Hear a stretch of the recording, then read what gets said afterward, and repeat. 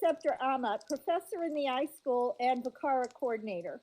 If you have any questions or comments you'd like to share after the event, feel free to contact me in World or send me an email. Some of you may wonder what VCARA is.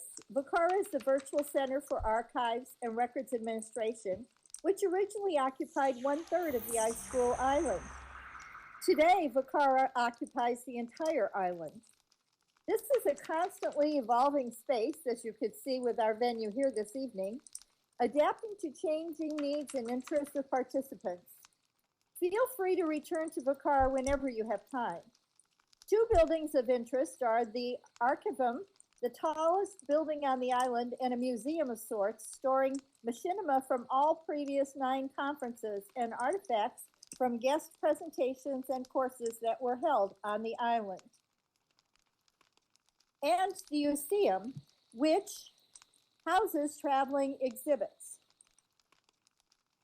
This year, in celebration of our 10th anniversary, the Museum exhibit showcases VCARA's events that have taken place over the past 10 years.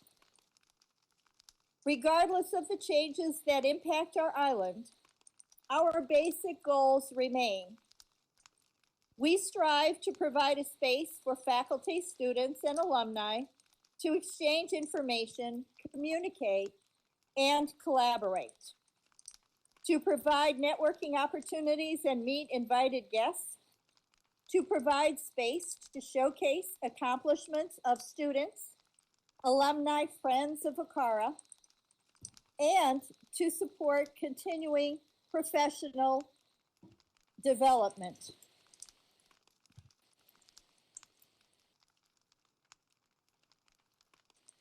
Now, I'd like to turn the mic over to iSchool alumni and very valuable VCARA member, Elise Donovan-Jones, for a special announcement. Elise?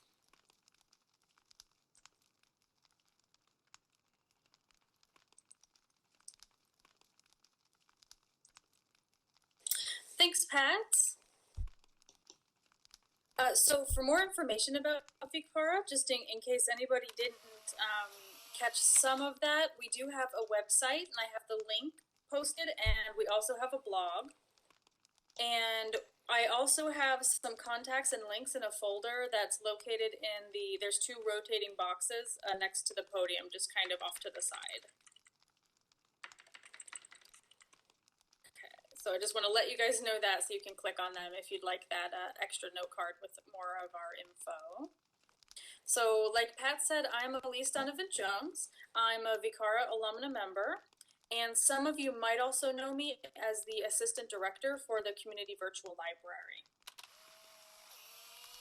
I have a couple of quick announcements. The first is that the conference is simulcast in Zoom, and I've given you the link there.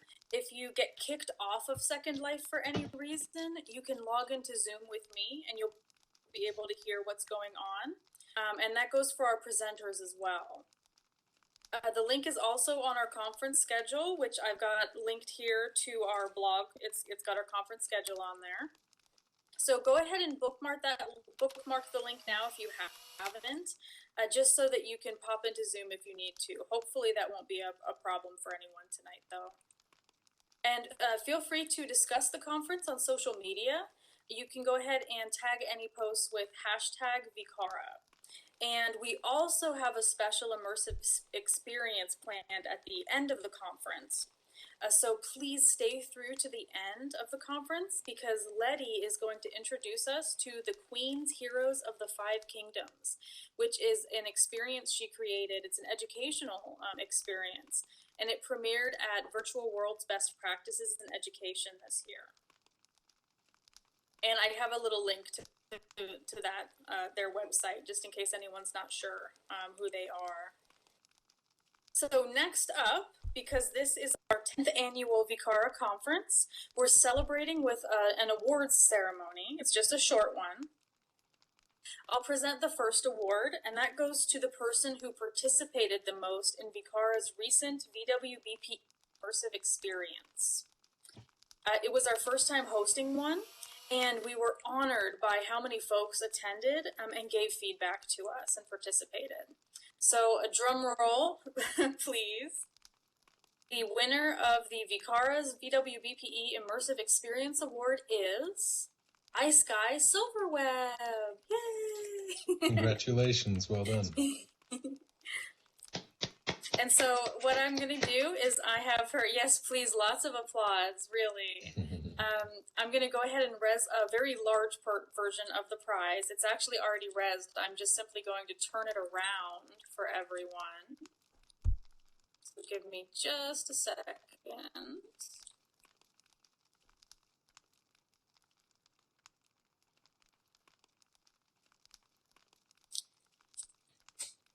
Voila.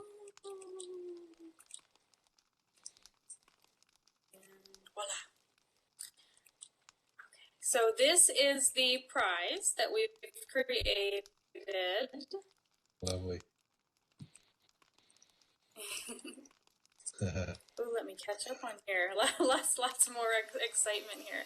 Because VCARA is so centered on archives and records administration, and our experience took place in our archivium, which is the really tall building that archives our past conference presentations. We thought that this quote by poet Kevin Young was particularly well suited. I rather think that archives exist to keep things safe, but not secret. And I have the reference listed there just for any of you wonderful nerds out there like me that wanted to see exactly where that quote came from. It's actually a very interesting article about Harper Lee that he wrote. So this plaque is full perm.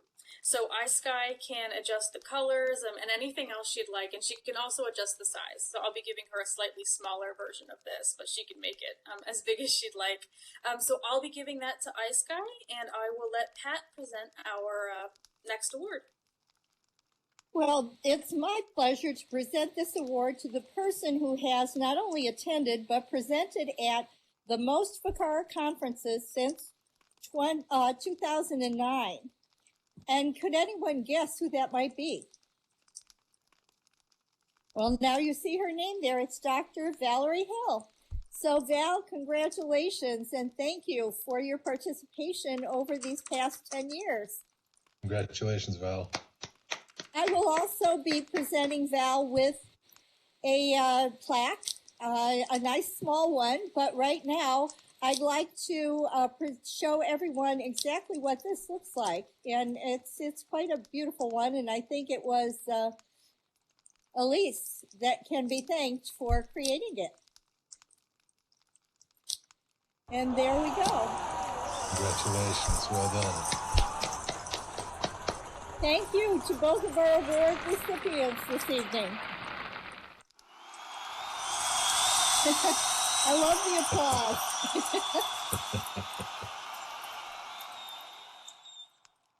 Now, what I'd like to do is actually introduce Val, who's going to be our first speaker this evening as well. And most of you know her, but I'd like to extend my wishes and share with you something about Val so that you can see all of the work that she's put into our wonderful experiences here. Dr. Valerie Hill received her PhD in Library and Information Science in 2012, but she's been active in Second Life since 2007. As Valibrarian, she has been the director of the Community Virtual Library in Second Life, Avacon, and Kitely. Val served as a school librarian for 20 years and taught language arts and information literacy at all grade levels from kindergarten through college. That's not easy. She is currently an information literacy consultant with a research focus on the intersection of information literacy and libraries with virtual worlds and digital culture, and a professor at Peninsula College. During the past decade, digital culture revolutionized education and communication with instant access to information on mobile devices and a plethora of apps. This cultural revolution put virtual worlds on the back burner because of the steep learning curve. Persistent educators, though, have documented best practices for using virtual worlds for teaching and providing library services, and programs with the advantages of constructivism, a sense of presence, and a sustainable space for critical thinking and deep learning. In keeping with our conference theme, Sands of Time Looking Back to Move Forward, Val will now share with us her experiences during 10 years as a virtual world library educator. So Val, I'll turn the mic over to you.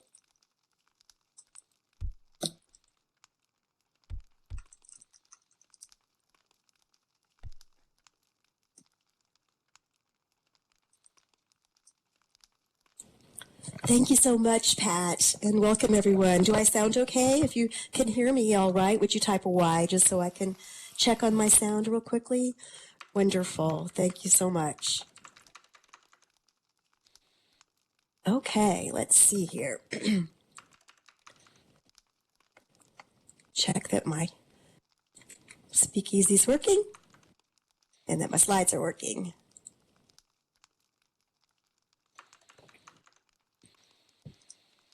All right, let's see, Elise. It looks like, do I have access to this? Oh, I should put on a different group probably. Let me just fix my group and we'll be ready to go.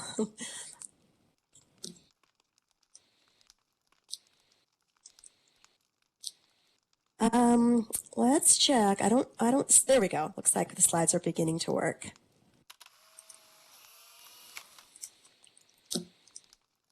So hello and welcome to the 10th annual VCARA conference, everyone. I recently attended the VCARA tour for the Virtual World's Best Practices in Education conference, and that's when I learned that I had the most presentations here since the beginning of VCARA. I believe that VCARA has been a fabulous example of utilizing virtual worlds to address real needs in information science, particularly archival, which is definitely changing in digital culture. And I'm really proud of the work that San Jose State University has done here. I've already been introduced. You know, you can just call me Val. I've been working here as a virtual world librarian for over 10 years, and I was asked to kind of talk on that topic, 10 years as a virtual world librarian educator. I'm here in Second Life and also in other virtual worlds with the same avatar name. So the question that you might ask is, what exactly does a virtual world librarian do? And I'd like to answer that. Actually, a virtual world librarian does exactly what a librarian does anywhere else. We are what you might call embedded librarians. We're placed in communities and in new virtual landscapes. In the early days of virtual worlds, there were many educators and many librarians that came in and created avatars, and there was a really huge adoption between about 2007 and 2010. Some of you may have been around then. It was filled with excitement. Avatars gathered around virtual campfires to learn how to build and how to create. Avatars explored ways to share educational content. They were having fun with fireworks, teleporting, dancing, flying, and imagining ways to teach that could not be done in physical space. But certainly, sitting behind a reference desk waiting for library visitors to enter a virtual library simulation, that was not the best way to utilize a virtual world. If you note the picture on this slide, it's a picture of myself on duty at our reference desk, sitting in isolation, which gets rather lonely.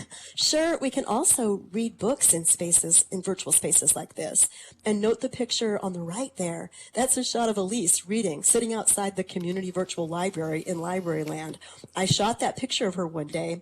I was coming in for a meeting and I saw her just sitting there.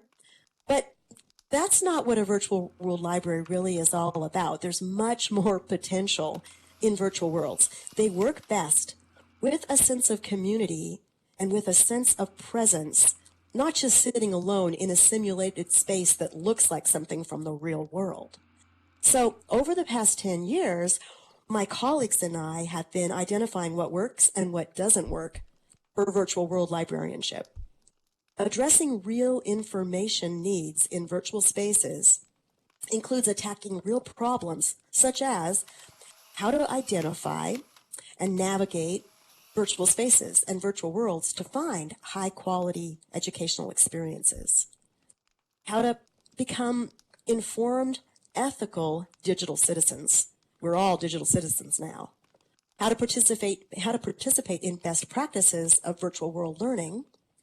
And if you notice the picture on the left of this slide that you're currently seeing, you'll see our new Community Virtual Library Hypergrid Resource Library.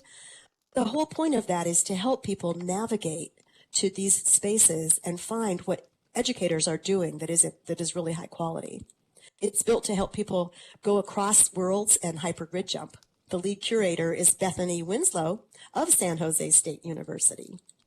And in the center picture of that slide, you see our Digital Citizenship Museum. That lead curator of the museum is Marie Vance. She's also here at VCARA. The museum is filled with over 15 rooms on all aspects of digital citizenship, and it continues to grow. And then that picture on the right shows an example of a great immersive learning project, the Dickens Project. Some of you probably have been over the past few years, where you enter literature and a historical time period. These are just a few examples of what works well. A virtual world librarian can provide everything that can be offered in the physical world. We can provide high quality resources in lots of different formats, not just print.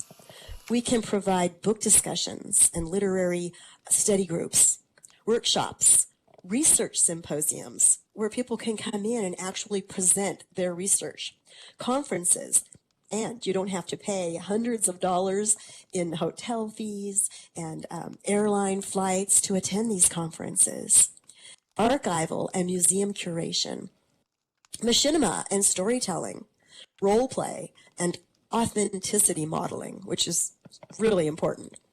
Immersive events and tours that we can go together into different spaces. So we can help with connecting people and connecting communities as actual resources. We can create a virtual world database. That's something that librarians really would like to help with. Advocating digital citizenship and teaching changing literacy, because we all know that literacy is definitely changing. Multiple literacies, digital literacy, and what we now sometimes call meta-literacy. Anything that you can imagine can be addressed in a virtual world. New media forms, augmented reality, virtual reality, mixed reality, expanded reality, whatever reality you want to talk about. All of the realities can be discussed and explored in a virtual world. The Community Virtual Library shares work of many talented creators, artists, and subject area specialists. And what we like to do is find someone who has this great content and promote that content and help highlight it and take people on tours to see what these great educators, artists, and content creators are doing. Some of the examples of the exhibits that we've had at the Community Virtual Library, here's just a few on this slide. They might include an art exhibit. We had over 24 artists share the amazing work that they do in Second Life at an art exhibit at CVL for the Community Virtual Library. Our digital citizenship exhibit. Before we moved our museum to Kitely, we had an exhibit in Second Life with various elements of digital citizenship, such as cybersecurity, privacy, how to teach kids about their digital footprints, respect for intellectual property in new media formats, all of the things that we need to be aware of now that we're digital citizens. Things like terms of service. We all click agree without really reading that long legalese language. We had a math in 3D exhibit. You can see on the lower right, you could walk into a huge cube that was filled with millions of little particles. You could learn about the different bases through actually seeing cubes rather than just working on paper that you might do at a desk. You can't dump out a bucket of 1 million cubes in a classroom. but you can res a million cubes in a virtual world. Another exhibit we recently had was a genealogy exhibit. A librarian who's also a genealogist built an exhibit for us to share about all of the new tools that we now have for people to help them learn about their ancestry. We have some YouTube's videos, Machinima, and I'll put that here in the text chat that you can look at later with a few more examples of different things that librarians can do in a virtual world. As I mentioned, literacy, we all know, has changed and is continuing to change. And everywhere you go, you see people that have their digital devices, their mobile devices in their pockets. Usually they're staring at their device on the bus, sometimes even walking down the street. You worry that they're going to walk right off the curb. And as literacy is changing rapidly, there's a new term that the American Library Association is actually adopting, and it's called metaliteracy. See, we choose today our incoming and our outgoing information moment by moment, live on a global scale. And we all can carry a library with us right in our pockets on a mobile device. So the American Library Association has adopted the term metaliteracy. Metaliteracy moves beyond traditional definitions of information literacy as an ordering of discrete skills to create a comprehensive framework that supports collaborative knowledge acquisition, which is ideal for learning in participatory social media settings, certainly settings like virtual worlds. Everywhere we go, with that library in our pocket, we need to think about changing literacy. Thomas Mackey and Trudy Jacobson have written several books that explain this term and this change. Certainly, metaliteracy is needed in the metaverse. So, what will the future bring? Since I've been working here in a virtual world for many years, we don't know what's going to happen, if Second Life will still be here in a few years or if it will evolve and change.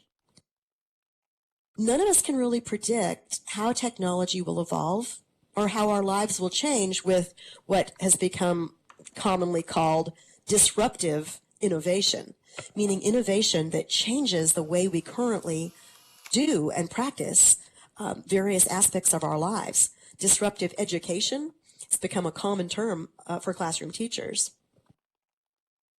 So since we can't really predict what's going to happen, I really believe success in virtual spaces, we do know, requires a willingness to try new formats and to embrace metaliteracy. So you note the photo here on the left where I'm trying out a virtual reality headset with a colleague, an HMD virtual reality headset. And I almost fell off a building that day. Some of my colleagues and I are exploring some virtual reality to compare and learn the differences between virtual worlds and VR, how they're the same, how they're different, and how we can work together towards the future of best practices. And besides being willing to try new formats and to embrace metaliteracy, we also need to be willing to share and build communities. If you look at the photo on the right, that's a photo from our recent Virtual Worlds Best Practices in Education Conference 2019.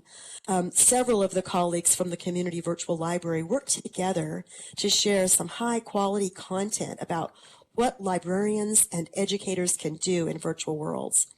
The Community Virtual Library has branched out to worlds beyond Second Life with our hypergrid resource library in Avicon and in Kitely. Not to say that Second Life isn't still a viable space for educators, probably the best space for them to begin, since there's so much content here. But we also want to explore new spaces, and we've branched into web-based worlds, Cyber Lounge and 3D web worlds, to name a couple. As I said, we're exploring desktop virtual reality, and we're also trying head-mounted display demos to learn about some of the similarities and the differences between VR and virtual worlds. We'd like to understand the place for both, because understanding the place for both will help determine the best practices for the future.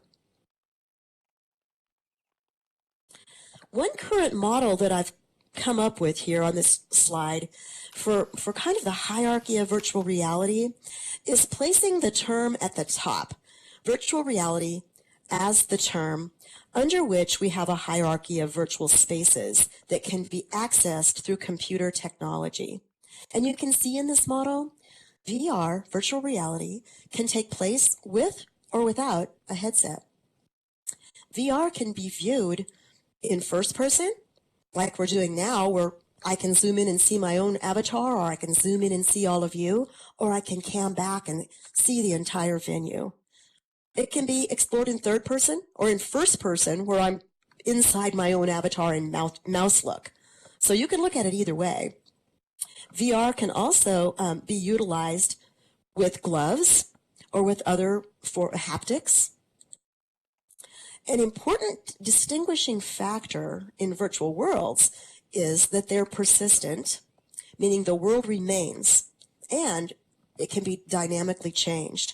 One of the greatest advantages we've found in Second Life and some of the other virtual worlds we're exploring is that we can build and share and create our own content. So also, these virtual worlds are filled with a community and with a sense of presence that we embody with avatars. Now, some virtual reality experiences that I have tried out through demos are meant for individual one-time use. It's a single time, one-time experience, like the time I swam with dolphins, for example, on a VR headset. Some of these I like to call disposable experiences. You try it, and then you just move on. Whereas in a virtual world, it's a persistent, long-term experience. One of the most amazing VR experiences that I've had so far was Google Tilt Brush. On my very first try in Google Tilt Brush, it was quite intuitive. You have the different tools in your hands, and I was able to create a rainbow with a pot of gold and just all kinds of artwork. I didn't even realize that I was going to get to try this, so I had no preparation whatsoever. And if you click on that link, you can go in and look at it for just a minute. And I'll give you just a minute to go in and take a look at Google Tilt Brush in VR so you can get a feel for what it looks like. I think you should scroll to minute 3 so you won't watch all of it, just to get a little glimpse. I'll give you just a minute to scroll to minute 3, and then after you've watched a little bit, type done, please, in the text chat.